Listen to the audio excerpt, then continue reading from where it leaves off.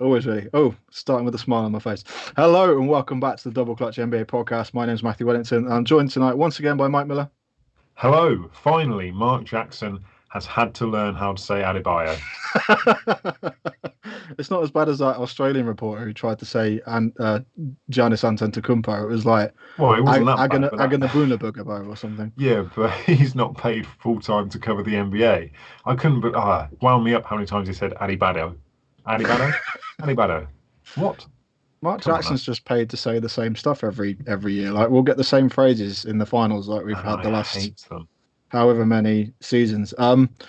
So yeah, this is the NBA Finals preview show. We're going to quickly just run over the end games between in the Western Conference and the Eastern Conference Finals, and then we'll get on to the usual discourse and Discord. But yeah, it's a NBA Finals special, I guess. It's like Christmas, this isn't it? But it's not December, so it's a totally different time compared to normal. So Well, it's closer to December than normal. well, it's closer to December than normal, but it's nowhere near the normal June, July sort of period for the finals. It's just throwing everybody off, I think. Yeah, just a little bit. And I threw you off at the start. You might want to. Do you want to drop the housekeeping in? Drop the housekeeping in. Oh yeah. That's my bad. I just went down a rabbit hole straight off. You can catch us on Discord, which some of you are doing now. Hello, good evening, everybody. Discord.me/double clutch UK, double clutch UK. Oh, we've added UK to it now, haven't we, Kurt? I think. Not to Not, Discord. not yet. Or is that to Twitch? And you can catch us on twitch.tv/double clutch UK. That's the one with UK on. There we go. Yeah, Not getting there you confused go. now. And the website is doubleclutch.uk and the Twitter and everything else. So please go and follow us on there and engage with us when you can. First of all, I just want to shout. Disclaimer. Disclaimer. You are struggling today. Am I? Yeah. Yeah. Yeah. It might be due to the fact that I was up This is what I until mean. quarter to four or whenever it was that the Celtics game finished this morning. Thanks, Kurt, for That's that. the alarm. I stayed up. I was in the Hoop Genius live stream, which was pretty cool. There was a bunch of people in there basically all night. It never got quiet. It was a constant running thing with people in it, and yeah, it was fun. The Florida Gator man is something that you're gonna have to go and research, Mike, at some point once we finish the show, because it was amusing. We found a video of a guy walking around with an alligator in a convenience store in Miami or something. I think I might have seen that before. Oh, it was brilliant. But Like as a pet. yeah, but that Yeah. was the sort of stuff that kept us up at 3 o'clock this morning. But it was quite amusing watching Mo just disintegrate as the Celtics, basically lost that game. But we'll start with the Lakers, who obviously won their series 4-1. Game 5 took place during the in between our last show. LeBron James, man, what more is there to say about this guy? I mean, he's got more NBA Finals appearances than 3 other franchises. It was just an unbelievable performance. He just took over in that fourth quarter, and I think we both predicted 4-1 when we did the predictions last week. But you're looking confused there. I can't remember doing the predictions, so We did right at the end. The series had already started, so we had a bit of a yeah. No, I did leg go up. 4-1. Yeah, because I did. I said, well, I thought maybe 4-2, but no, 4-1. Yeah, okay. Then Yeah. you went 4-1 straight off the bat. So yeah, no, I did felt, say that. felt You're bad for correct. Denver because Jamal Murray looked like he was struggling late on in that game, and I think if he'd have been healthy, then they might have had a fighting chance. But I mean, are we ready to put Denver in the sort of contenders club for next season after their postseason performance this year? No, Well, there we go. no, I'm not. And like, I really want them to be.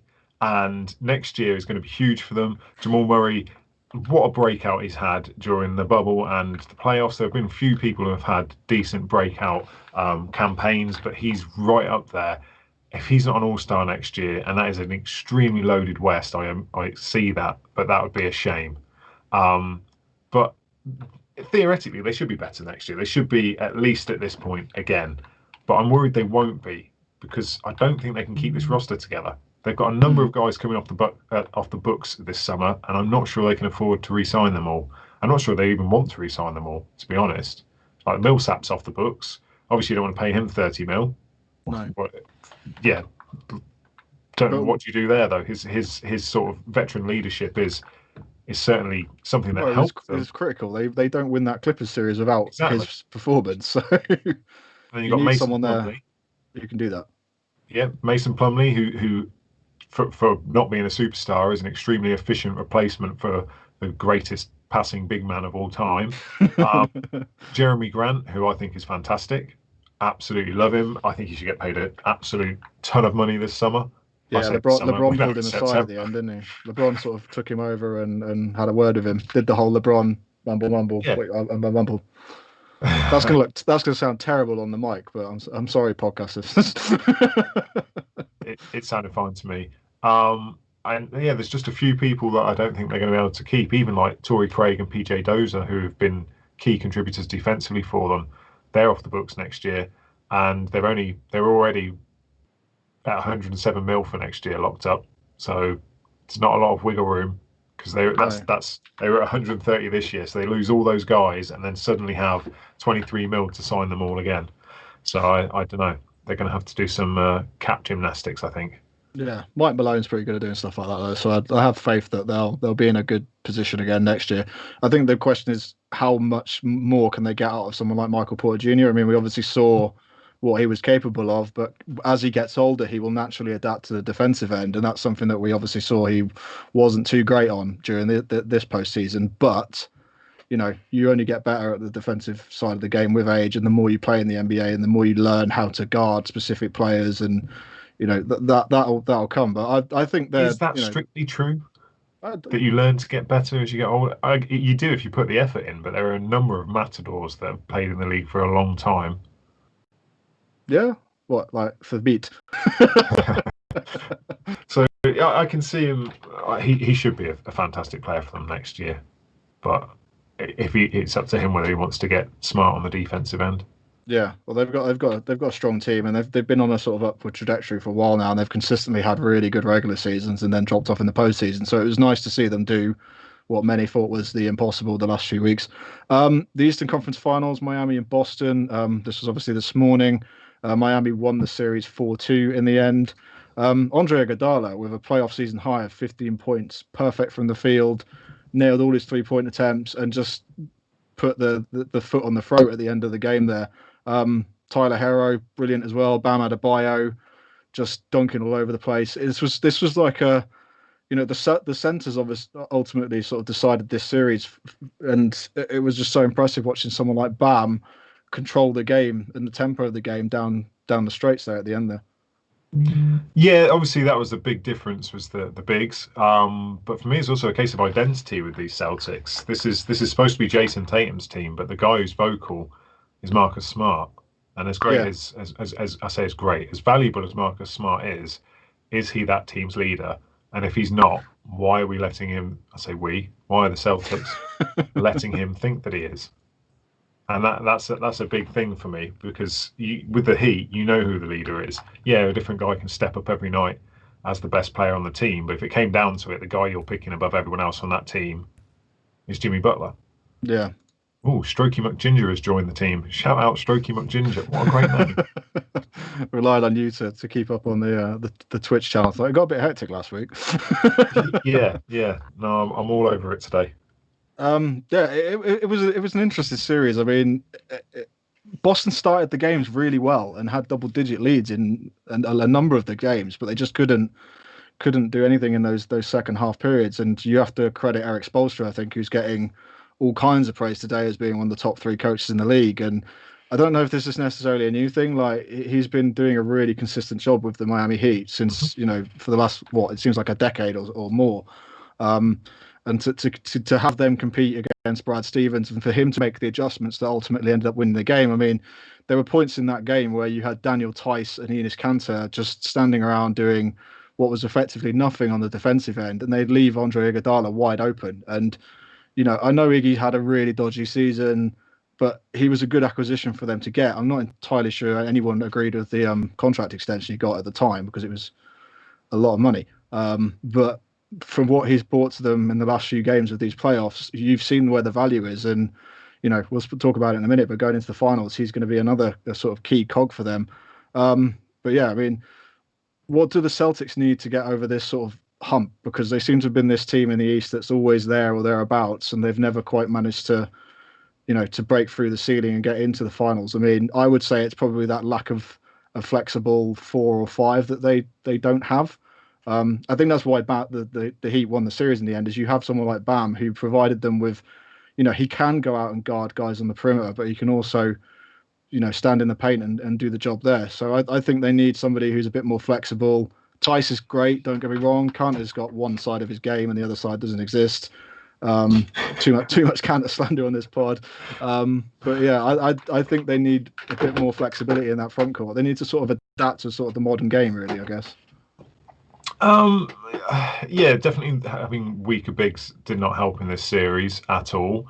In terms of what they could have done differently, it's extremely getting in foul trouble really early on doesn't help either. No, but you against a physical presence like Bam, what they could have really done with, and this will twist the knife in further, was they were in the running for a certain big man last year, weren't they?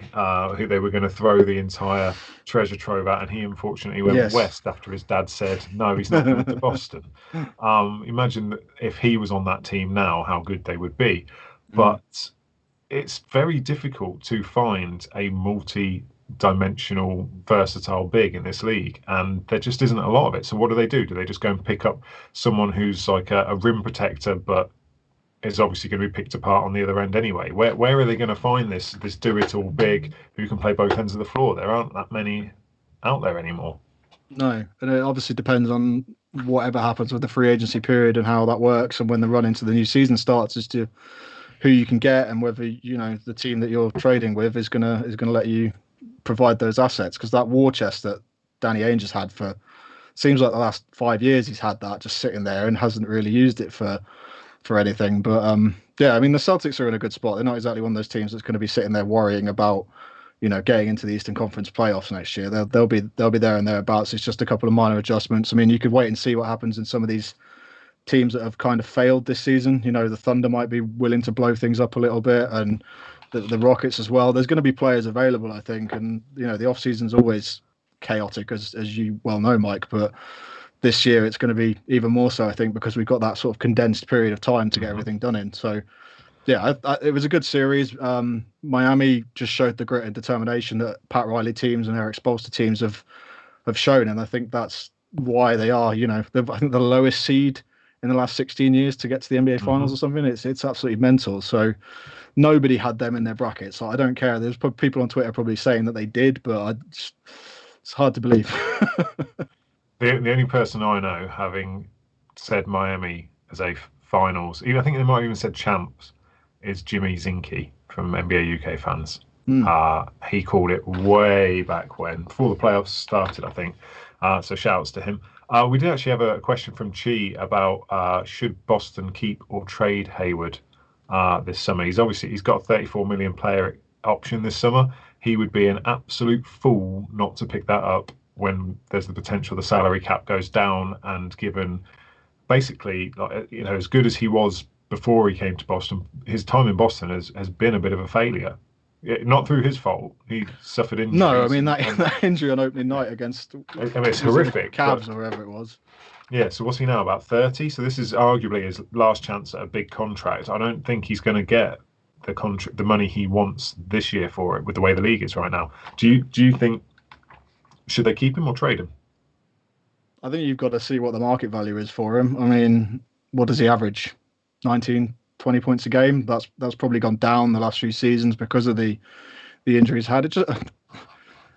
It's the risk reward, because if you trade for him and he stays healthy, then you get a fairly decent player who's shown that he can be a facilitator on the court. And we saw that in the games with the Celtics. The 2 games they won, he was fundamental in them winning those games, because like we said on the last show, he gives you another option, versus somebody like Semi Ojeleye, who just stands around and doesn't really do too much, or Enes Kanter, for example. You throw Gordon Hayward into the mix, and you can then all of a sudden spice things up a little bit. But I think you could trade him if the right offer's there. But again, it's depending on the direction the Celtics feel like they need to take. I mean, they could really leverage that war chest and go for broke if they wanted to. It just depends on how they see the lie of the land in the Eastern Conference. I mean, 17.5 points, 6.7 rebounds, and 4.1 assists is what he's averaging.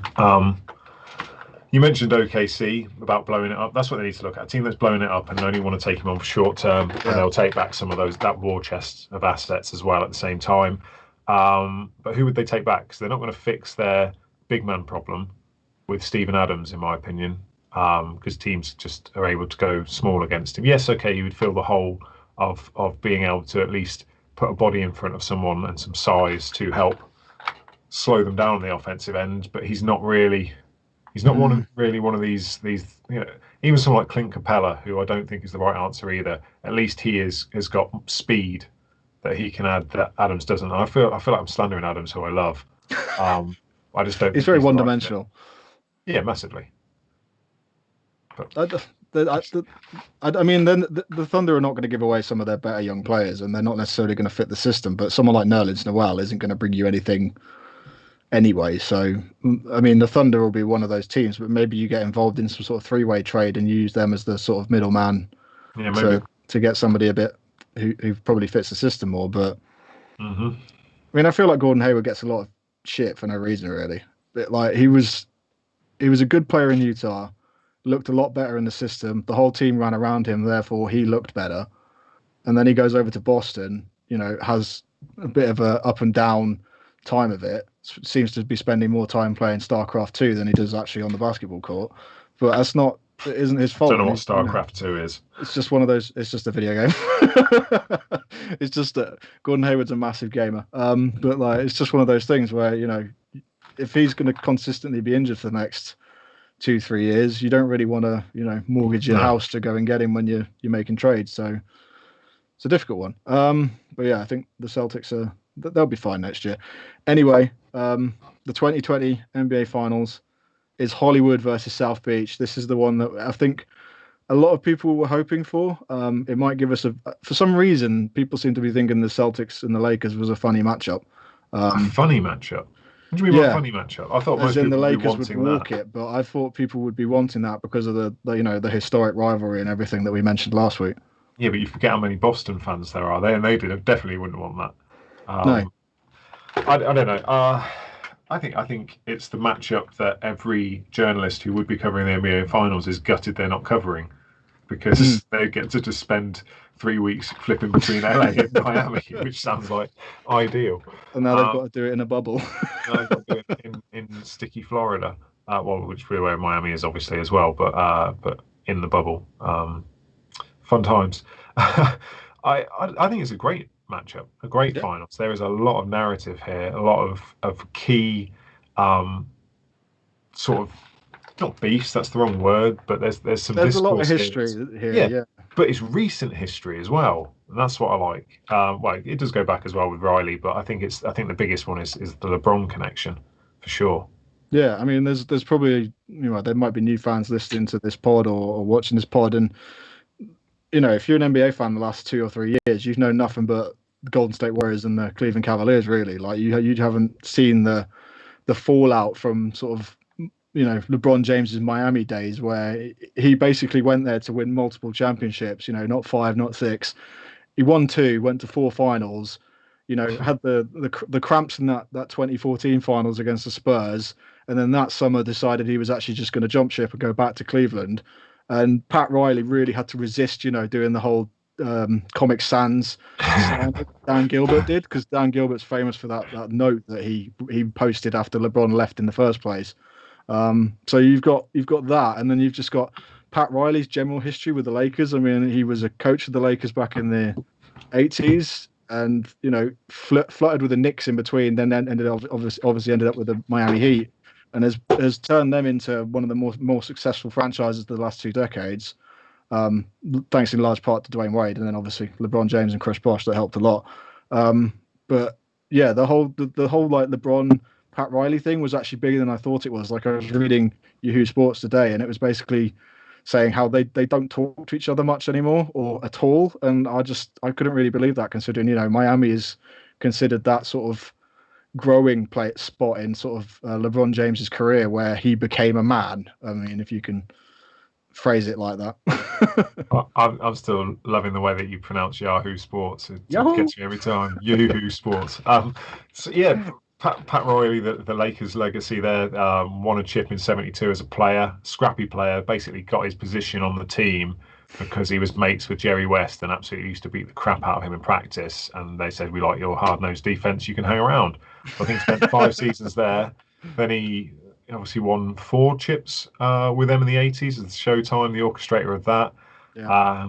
He actually got put into that position from an assistant job after Magic threw his toys out the pram and demanded a trade. So they quickly just sacked the coach and replaced him with Riley. He was a slick Armani suit wearing guy. He was a proper geezer. He goes over to the Knicks. It starts, no layups on us, no easy buckets. He fined players if they gave up layups. Then he just walked out on them, took up the presidency and the coaching role in Miami in what was it, 95? So 25 years ago he's been there. He's been there 25 years. That's mad, absolutely mad, and he's still absolutely bossing it. One of my favourite story about Pat Riley, I can't remember which team it was. When he was coaching, he was asking players how much they wanted it, how much do they want to win, and he showed them how much he wanted to win by shoving his head in the ice water bottle. And he shoved his head in, and he kept his head down underwater, and people thought he was going to die. He was under there that long, and he just came back out like screaming and stuff. And I was like, that's a guy who would just make you think. They say that Miami culture is not for every moment. Is either this dude, I want to be on his team, or this dude's mad. Get me the fuck out of there because this is just terrible. But yeah, Pat Riley, love him, absolutely love him, and I think he's built out of nowhere. He's built a great team. That makes sense now because reading that article earlier, Michael Cooper referred to Riley as Coach Hitler, and now you've said that crazy ice bucket thing. I can marry the two mental images up now. He just sounds like he's an absolute nutter.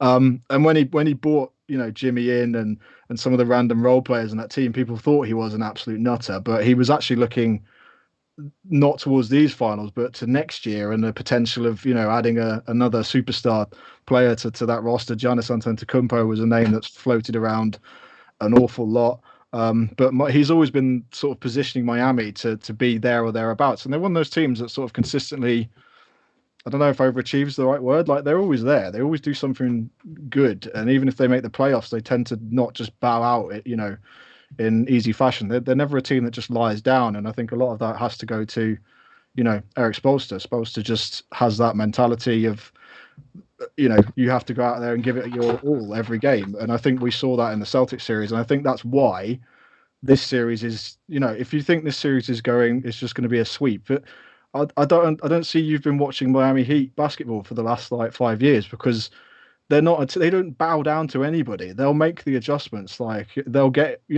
close in one game and somehow steal it, and then that will give them the momentum to power on and win, another game or so. But I just generally do not think this is going to be a quick series at all. I think the Lakers have run into a team that gives them matchup problems as opposed to the Celtics, where I think they were quite comfortable in the way they matched up against those. I mean, we're going to go on to 3 things we both think you should be paying attention to, but the shooting is absolutely one of them. There's young guys on that Miami Heat roster who, I'm not sure the Lakers are going to have much fun trying to guard them.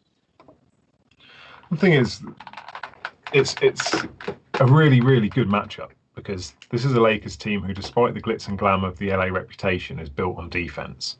And they're going against a team that's full of young, cocky shooters. And it's going to be a case of whether or not these young guys can hold their nerve and continue to produce the way they have been producing, which has been phenomenal. And I think the bubble certainly helps with that aspect. Yeah. Or whether or not this defense is for real.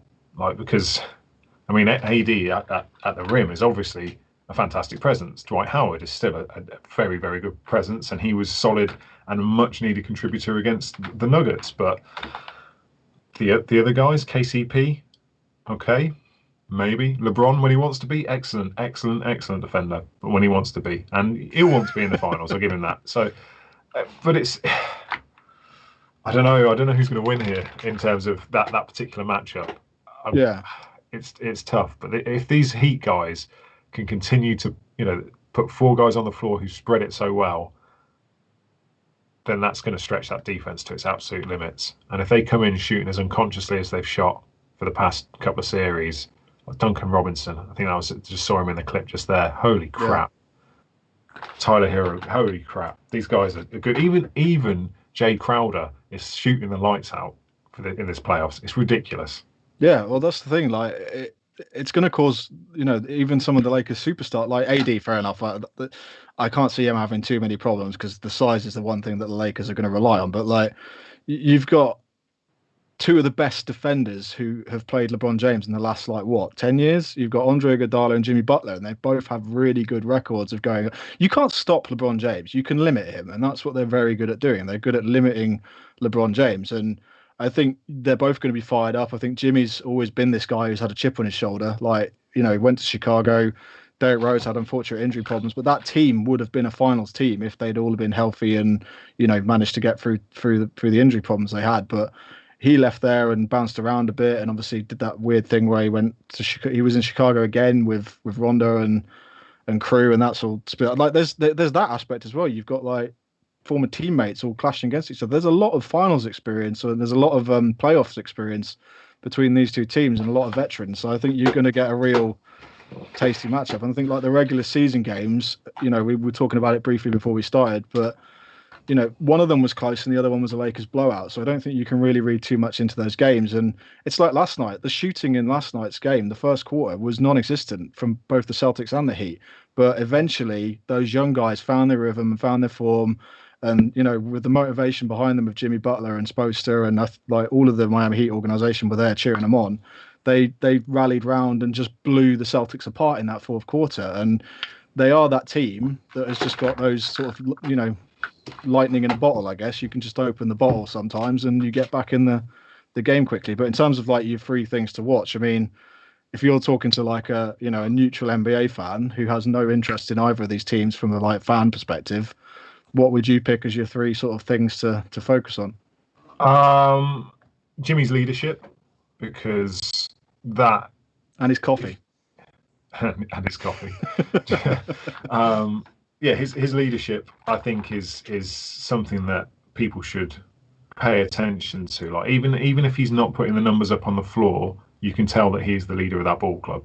Yeah. And the way he leads, he's so deferential when he's accepting praise from the media afterwards. He's constantly the guy going, this isn't me, this is us. This is us, this is us. This is him stepping up. This is him stepping up. We couldn't do this without this person. They are the most important. He's constantly deferring to them in a way that builds them up. I think that's a fantastic leadership quality to have for someone who has been dubbed around different parts of the league as being a bad influence in the locker room.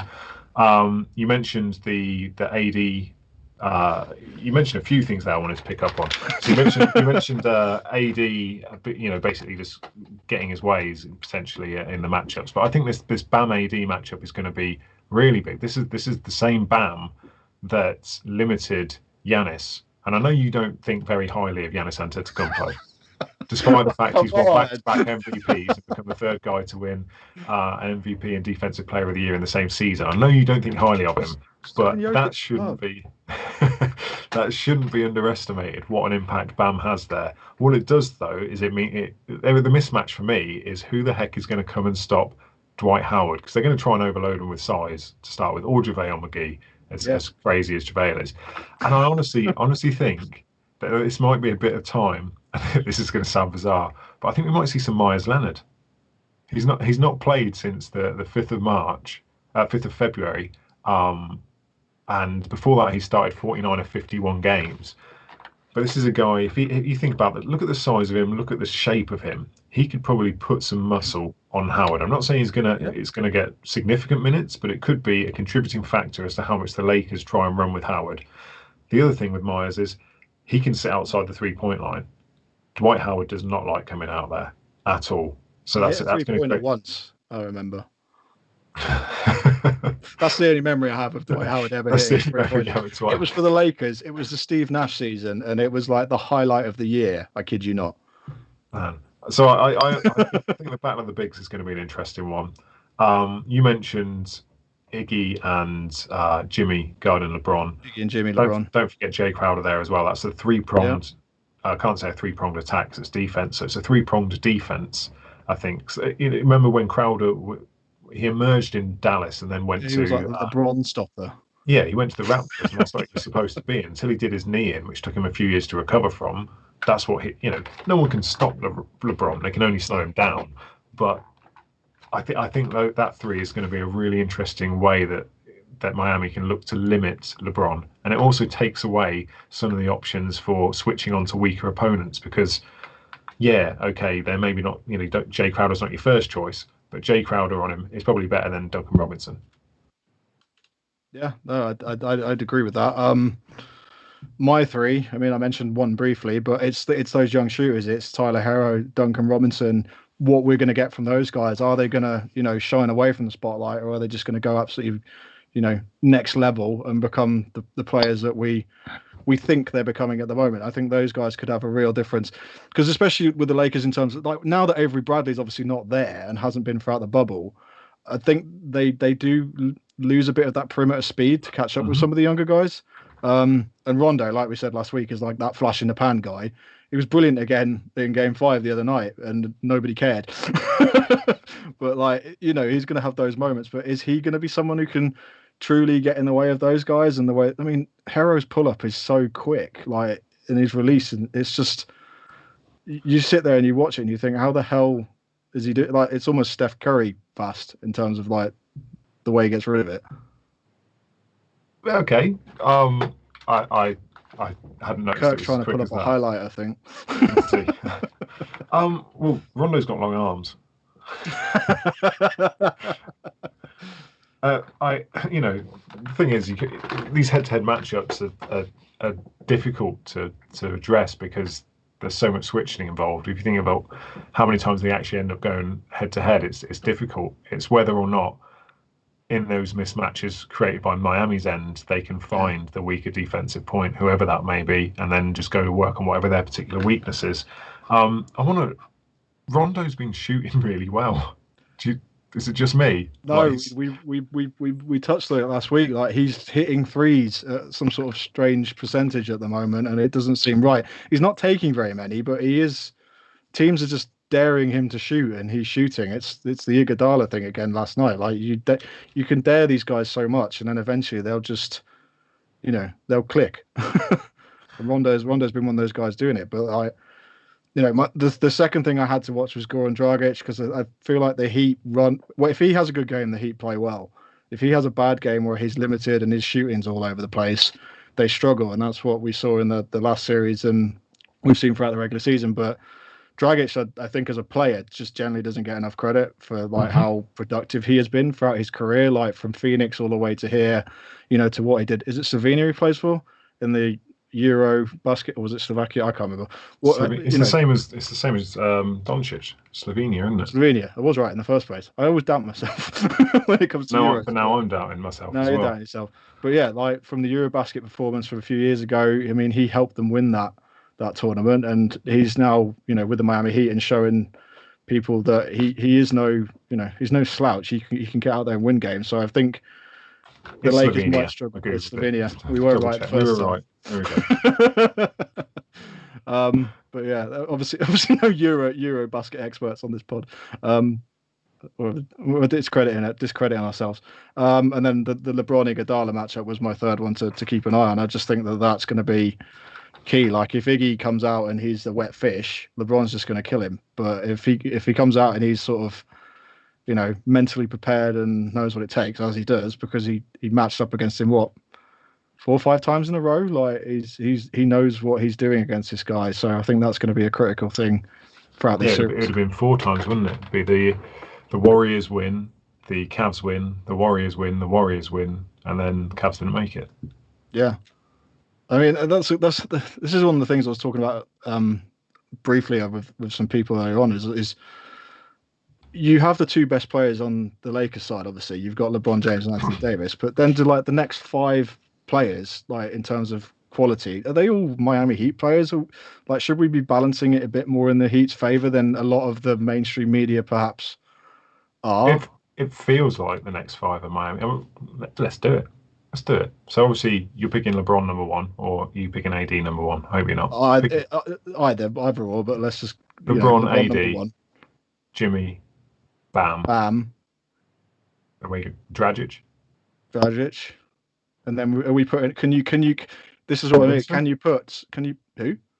Duncan Robinson. Yeah, you can put. That was what I was saying. Can you put Duncan? Can you put the young guys in there already? Can you put them? Why couldn't you? They've been fantastic so far. Higher quality players than some of the, Danny Green, for example, who is a multi-time NBA Finals winner. NBA Finals winner. Yeah, I think so. I don't think Danny Green is as big a contributor to the Lakers as someone like Duncan Robinson has been to the Heat or Mm. Tyler Hero. It's yeah, I think the second the 3 through 7 is certainly Miami's for the taking. Yeah. Who do you think is going to win the MVP then? Would you put your money on LeBron or would you put it on Anthony The Davis, or is there going to MVP be is someone gonna left field? the MVP is gonna go to whichever team wins it. They're not going to pull a Jerry West scenario. Um, I So if the Miami Heat win the NBA Finals in 4 games, they if they they sweep the Lakers. Who gets it? Jimmy Jimmy. Jimmy, even if he doesn't lead them in scoring, Jimmy will get it because of how he is in controlling that entire team. He hasn't led them in scoring throughout these playoffs. It's mad that they've got it. You can argue they haven't got a single top 10 player in their team, but they've managed to just bash out against everybody else. Like, And the minute it comes to crunch time, he takes over and gives them exactly what they need. So yeah, that's why I think he would win it if that scenario unfolded. I think if they win it, I want it to be a sweep purely because I know Rich Barrett, who's watching at the minute. I keep seeing comments pop up in the chat. If there is a sweep, he's getting a tattoo. And so I missed that one. I'm trying to find it. what I think is going to happen and what I want to happen are two very, very different outcomes. Pardon? Sorry, I missed that. I was trying to find the. I tried to find No, that I said comment. what I think will happen and what I want to happen are two very different outcomes. Because That's true. if a sweep either way is what I want to happen, just for this tattoo situation to unfold, because I think that'll be hilarious. But yeah, it's not. I mean, are we going to put down our predictions now, or are we saving that for a bit later? Well, we've got a few. There's a few questions to cover regarding the series, but I don't think there's any problem in us putting our. Or do we do it at the end? What do you want to do? We usually do it at the end. I'm just We'll do it wondering. at the end. We'll do it at the end. Ruining our order here. But yeah, I mean, we're running on a bit. I was just checking the time before Kirk kicks us in the arse.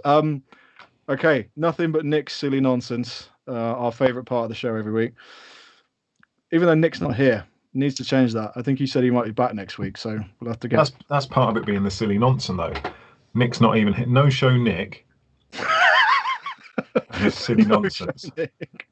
Nothing but no show, Nick's silly nonsense. There we go. There we go. Following the signature Ric Flairs, which other pro wrestlers, past or present, deserve shoes, and which brand would you put them with? Hashtag silly nonsense. Gonna go to you. I'm not really a wrestling guy. There's a lot of wrestling and strange pop culture. Yeah, no, I'm not a wrestling guy at all. But just for reference for everyone else, Dame Lillard and Adidas have done a Ric Flair tribute crossover, something or other. White shoes with gold flecking. I don't know what you'd call it, but it flecking. Yeah, it just looked like someone's just gone have some gold stuff on it. Looks terrible in my opinion, but that's because I don't like gold on shoes. So I had to think, and there's one shoe that springs to mind that would suit just about every wrestler, but I'm going to use it for one wrestler in specific. So the wrestler I'm going to take is The Undertaker, and the shoe is the KD8 Elite original one, which if you remember, looked like a wrestling shoe. It was the KD sneaker that then went up just below the knee. Yeah. That would be perfect for a crossover, and you could do it all in black, and you could play on Durant's nickname that he didn't want, Slim Reaper, and you've got Slim Reaper and The Undertaker. What a tag team. Yeah. It's like you've almost thought this out. It came to me earlier. I don't know what I was thinking at the time, but I was just like, yeah, actually, that would work. Well, I'm not a wrestling guy, but my biggest memory of the WWF growing up was playing the SmackDown games on PlayStation and Xbox. Mm-hmm. And I used to spend a lot of my time playing with the Hardy Boys. Yep. So I would probably choose the Hardy Boys, Team Extreme, and I'd just pair them with the, there was like a Jordan 1 colorway. It was like just green and white, which I think you could get the Team Extreme type, because they were like a neon green from what I remember. Like you could get that to work, I think. And then once it's sold out, you resell it in like 5 years time, because like the Hardy Boys, they came back to the WWE, after they changed names in 2017 at WrestleMania, and came out and the whole flipping stadium went mental, and I went mental, and like, that was that was cool. I got that moment of wrestling pop culture. But I'm completely clueless with everything else, as you can tell. Yeah, best thing about the Hardy Boys for me was Lita. I'm not even sure if that was the right pairing, but yeah, that'll do. But also Matt Hardy, same but different Matt Hardy, runs UK Brooklyn Nets, doesn't Brooklyn Nets, yeah. Yeah. So there we go. Random. Everything is interconnected. Maybe he's actually one of the Hardy Boys. We need to double check this. He is a massive wrestling fan. Wow, it's all adding up now. There you go. And as we know from the Discord, he had a God, I'm going to struggle to say this because there's too many W's, but a wrestling wedding cake. A wrestling wedding cake? Yeah, exactly. A wrestling wedding cake. Did you see that? No, I didn't. That's impressive, though. I need to check that. That was a perfect little segue for you then. Look how I did that. It was a perfect segue to our usual topic, discourse on Discord. But as we were saying before the show, we don't really know what to put here this week because there's so much talk, but it's there's a lot of talk, but there's nothing that's really like truly stuck out. I mean, we've just done the Ric Flair shoes, which was a large portion of the Kicks channel, which is obviously related to Kicks, in case you can't figure that one out. And that was a large conversation started off by none other than Mr. Nick Silly Nonsense himself. No, I shared. Oh, did you start that? Yes. Don't give no show Nick Silly Nonsense credit for my conversation starter. There's been a couple of random questions about which video game consoles will do what, but I mean that's for a different podcast, I guess. Basically, if you want to talk NBA with other NBA heads, you want to talk about Kicks, you want to talk about the games. Someone was even talking about Formula One today, which just... They were, yeah. If you want to come and talk with more like-minded people, come and join our Discord. We're almost at 100 people. Get involved. Take us into triple figures. You'll love it, I'm sure. It is discord.me/doubleclutch. It is. Boom shakalaka! Oh, there you go. See, Kirk had that lined up. Yeah, there's plenty of other UK sort of communities over there as well. Obviously, you've mentioned NBA UK fans are in there. High Tea Hoops are in there at the moment. The Brooklyn Nets, Lakers UK are now in there. There's more a and more. Memphis one in there. There is, yeah. There's more and more joining every week. So OKC fans are in there. It's strange because when we did all the this might have been before you joined Double Clutch actually. We did a poll on the old website. And we just asked for people to, pick their favorite teams, and the Raptors won it by a mile. Like, yeah, I've seen obviously there's Toronto Raptors UK, but I think he is the only avid Toronto Raptors fan I see, in our Discord and on NBA Twitter, like in the UK. I don't see any others, so I'm sure that he sat there wearing a Toronto Raptors t-shirt whilst being a blatant Lakers fan. Must have been Paul must have been. Hey, as Brian Bosch said last night in the Hoops Genius live stream, you can just be an NBA fan. You can. That's where I find myself now. Yeah. And we get away with it more apparently, according to our American friends, because we're not in the States, so we're allowed to just just cover everything. Basically, without the sort of tribal regionalism of this is my team in my town, you can pick who you want. Yeah. Just don't pick the Lakers or the Celtics, please, or New York Knicks. There's a lot of Knicks fans, but I guess people pick the Knicks because A, they're easy to get tickets to when you're in New York, and because they're shit. They still sell out because all the flipping tourists. Let's go watch. Let's go set up into an NBA game. No, it's half an NBA game because there's only one NBA team on the floor. The other one is just a bunch of scrubs. But dear. If you had the choice of seeing the Knicks or the Nets over the next 5 years, surely that's a no-brainer, or am I just being stupid? No, that's a no-brainer. It should also be a no-brainer over the last 5 years as well. I had a mate of mine who went out to New York and was like, "Shall I go and watch the Knicks or the Nets?" I was like, "Nets every time. You've got to go and watch the Nets. Don't bother with the Knicks. They're trash." Well, Captain Kirk has said Double Clutch is the only team you need, so that's the kind of fangirl we need in the Discord chat. Yeah, we need him to turn up as in full kit though, a full kit, because he has done that in a Lakers kit before. Yeah, I've no shame in saying that. On the live stream, come on, Kirk, pop up. Oh dear. We're getting distracted. Discord listener questions. Which one of these have we covered already? So we covered the first one. Okay, thank you. Is the world ready for Dion Waiters' revenge game? This is some Chi again. Kirk, play that same soundbite again. Oh, it almost worked. No. There we go. No, the world is not ready, and that's because the world's never going to see it. The guy's not even suiting up. Why do we think he's going to be Because he's having a too revenge? busy eating gummies, you see. Too busy eating gummies. The real question is, Yeah.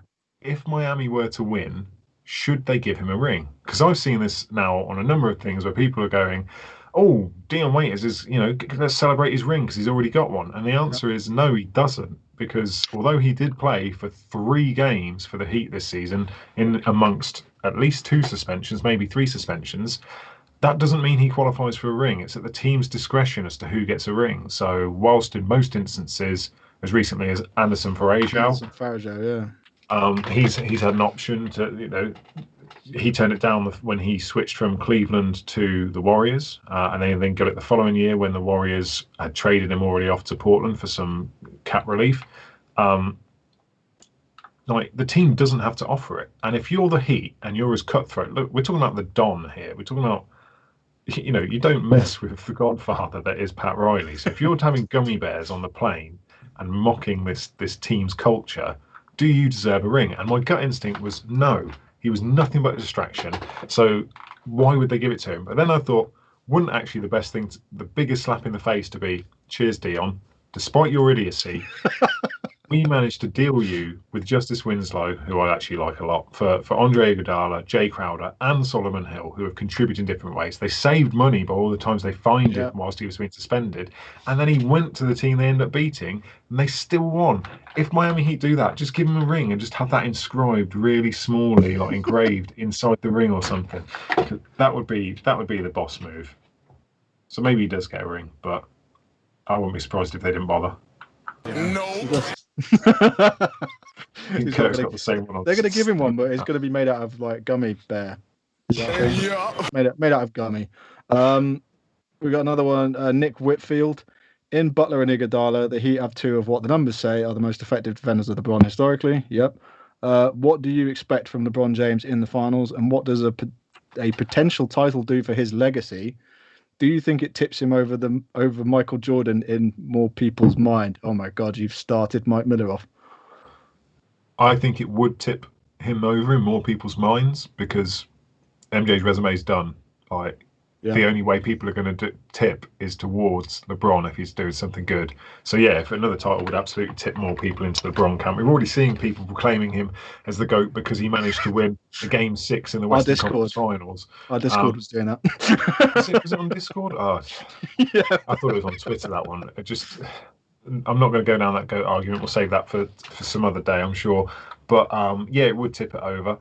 For some people, those swing voters or those people who didn't watch MJ play and think that a single series defines it, it's LeBron's legacy is going to be fantastic. For me, he is. I said this when they came back from 3-1. That series before they'd even come back, I was like, okay, he's in the conversation now. And I'm a massively biased Jordan fan. The fact that I even admit he's in the top, he's in that conversation, is testament to how I feel LeBron is in terms of greatness. It's going to be tough. I'm not sure that Iggy, as great as he is as a defender, he is 36. I know LeBron's 35, but LeBron is performing at a significantly higher level than Iggy. The last time they matched up in the finals, he wasn't quite the same. Iggy wasn't, with his back injuries. It's whether he can actually still perform at a similar level now. Butler is the key one there, I think.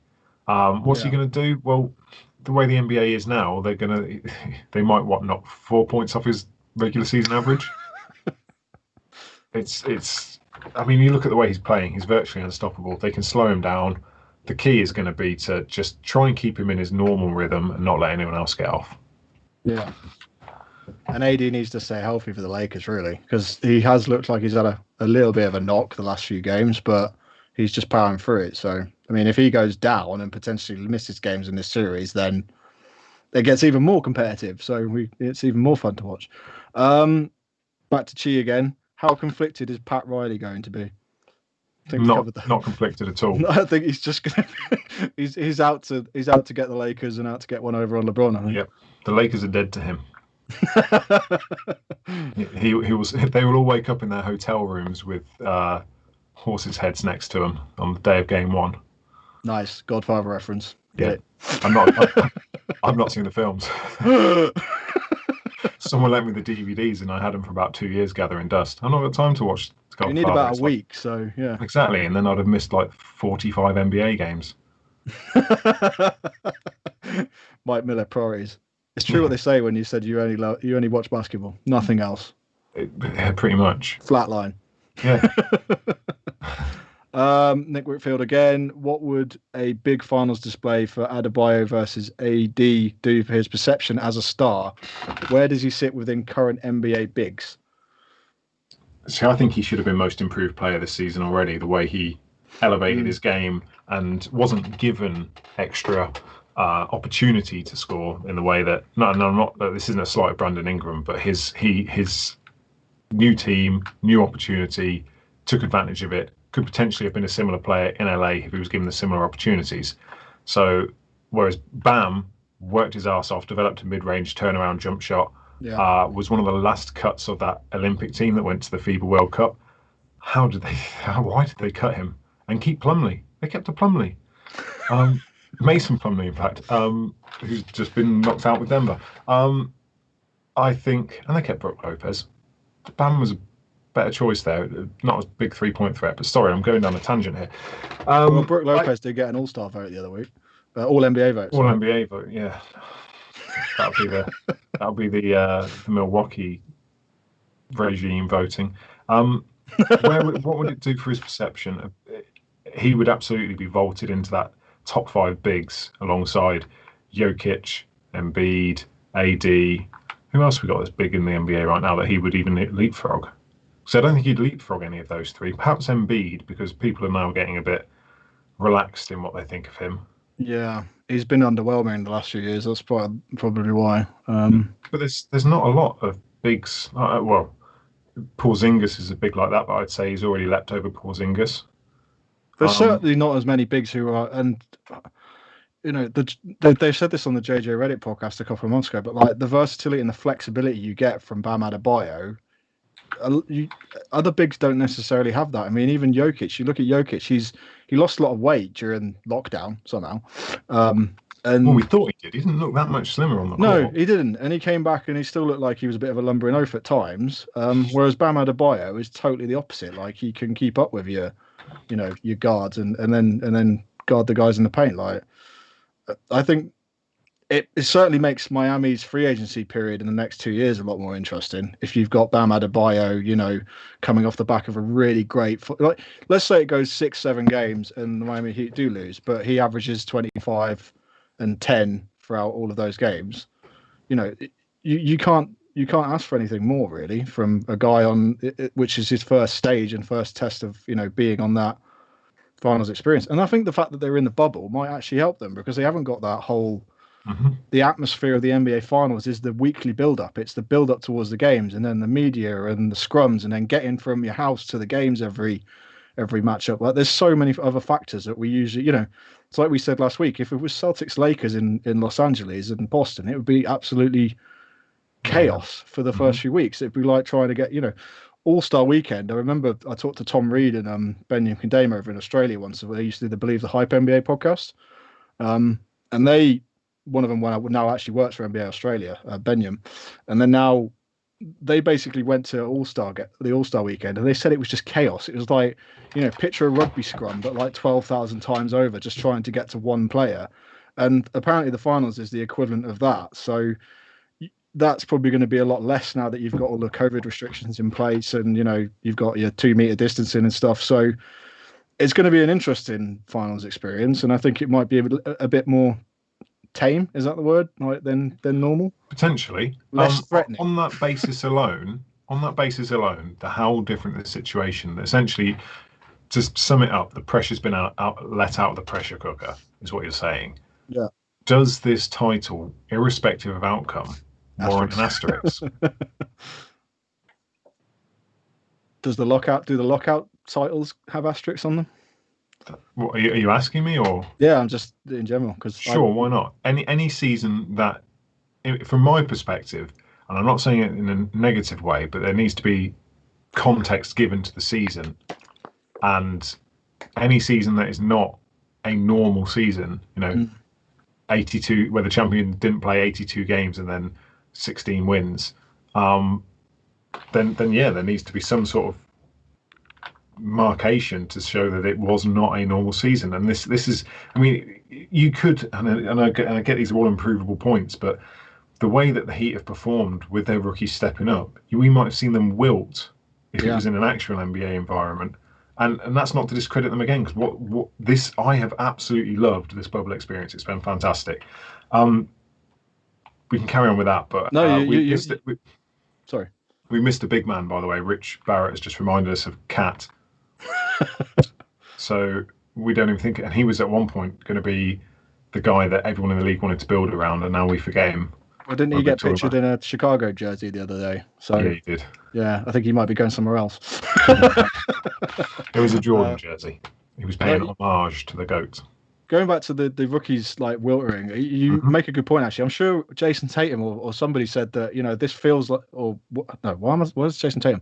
One of the young guys basically said that starting Jason in the Tatum's bubble, young. He's like 22. Starting in the bubble was like just starting a new season again. So it felt like they had that year's worth of experience. It might have been John Morant actually, who was just saying that they felt like they were two different experiences. So I guess you would have to put an asterisk next to it. And then there's the mental health things that come with not having games and the worry for your family and teammates saying they're not going to come to the bubble because they'd rather look after their kids or whatever. Like there's so many. Don't forget the bubble stopped for 2-3 days, maybe 4 days to sort of protest that not enough was being done for social justice issues. Yeah. This is not a normal season by any stretch of the imagination. It's not a normal year. It's just it's just weird. All right. Well, we normally do games of the week, but I guess what we'll just do is do our finals predictions. Are we doing this on the same time again, like we did the other week, or do we just? On 3. I mean, I don't know if that works for a podcast, but I'm Lakers in 6. Well, if we'd have timed it perfectly, we would have echoed. Because I'm also Lakers in 6. Yeah, I think what I want it to be is a Heat win. What I think it will be is a Lakers win. Yeah, I think they'll just have a bit too. LeBron's just on some sort of mission again. Like he's like a T-9000 or whatever from Terminator. He's locked on, knows what he's doing, just going out there to kill. So I think LeBron's on a mission to get that chip and cement his legacy. Did you see the Ringer had been putting out stuff like he was struggling, wasn't the same LeBron, not the LeBron we used to, and then he put out a 30-point triple-double, which was he's definitely still the best player in the league when he wants to be. Yeah, actually, if you're a new NBA fan and you listen to this, make sure you check out StatMuse because their website is amazing for up-to-date stats. And I mean up to date, like literally the second the Celtics and Heat game finished this morning, they had all kinds of interesting statistics about, the Heat's franchise history when it comes to playoffs and finals and, players' individual performances as well. And yeah, I mean, like Bam's up there achieving heights that only LeBron James has matched in Miami's franchise history. So he's having a good old season, is Mr. Bam Adebayo. Very good. Like I say, I thought he should have been the MIP. He's just been fantastic this year. Really, really just evolved next level. Can you remember there was a time when he wasn't starting because they had Hassan Whiteside?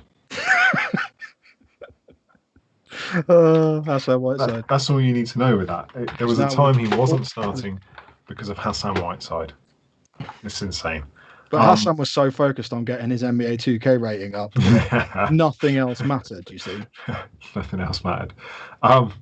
So the games are showing. First game's Wednesday, 9 p.m. Eastern time. So what are we? 5 hours behind that. Thursday 2 a.m. Thursday 2 a.m. Then Friday 9 p.m. So Saturday 2 a.m. Then Sunday the earlier game is that Sunday. So 11:30 on Sunday evening. Doesn't help us though. And then we'll have a pod next Monday at 9, and then Tuesday, potentially, depending on what the series are, could be the last game of the NBA season. Yeah, I mean, mad.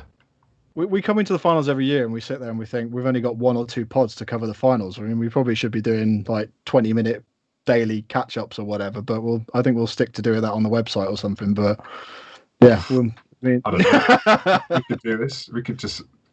Kirk, you up for it? Nope. See, this is when you need Kirk's face. You can't see or hear it. There we go. We just need, maybe me and you will just do little old-fashioned non-video 20-minute catch-up chats after every game or whatever at some point. That's good, but we'll never keep it to 20 minutes. We never do. Yeah, but if Kirk sits in the background like he does with this. Nope. Uh-oh! Dear. Anyway, we ought to wrap it. It's 10 o'clock. Yeah, thank you everybody who's dropped by tonight on the stream, and thank you to everyone listening. Please, if you are listening to the podcast, go and review us on iTunes. Is that a thing? Is that a thing these days? Apple Podcasts. Go and review us on Apple Podcasts. Gets us up the ratings. Subscribe to us on Spotify. Share us with your friends, your family, everybody. Spread the love for the NBA in the UK. Follow us on all social media platforms at Double Clutch UK. Come and join the Discord. Discord.me/DoubleClutchUK, where we had Steve Laird and LA Lakers UK join us this week. And then on Twitch, everyone who's watching now, thank you. Smoky Muck Ginger, which is a fantastic bloody name that is. And Bookish Steve, thank you for joining. Recent followers. There we go. It's been fun. The website has been a bit quiet last few weeks, but we'll see what we can do about. We've got a couple of articles ready to drop. And we have, and neither was finals related. Had a sneak peek of Mr. Steve Laird's artwork, and yeah, I'm impressed, man. I'm impressed. I can retire now from doing Photoshop for the rest of my life. Oh dear. Right. Please check out Double Clutch UK on Twitter, Facebook, Instagram, and you can follow me. I'm at Matt Smashed. He's Mike Miller Time, as you can see there, because it says on the screen. That doesn't help anybody who's listening to the podcast. That's why they should come and watch it on Twitch. Yeah. Come on. Mike's told you to come watch it on Twitch. Move with the times. Stop being such a dinosaur. So you can see his giant foam hand there in the background, which proves he's a real basketball fan, you see. That is it's that way, isn't it? It's a WNBA one, that is, from the New York Liberty in 2001. That was something that I saw the WNBA people were like fans, people were moaning about, was the fact that the teams obviously got to the finals, but they didn't get any like celebration gear for winning their conferences. Whereas obviously the male team did. I thought it was too much of that. But anyway, we're running over now. It's 2 minutes past. But yeah, that is a foam hand from the WNBA 2001, and it is complete with rat bites in it, because I used to have a pet rat and decided to eat it one day. Okay, fantastic. Right, well, we might catch you in a week. We might just catch you next Monday. We'll see. Thank you for listening, guys. Night.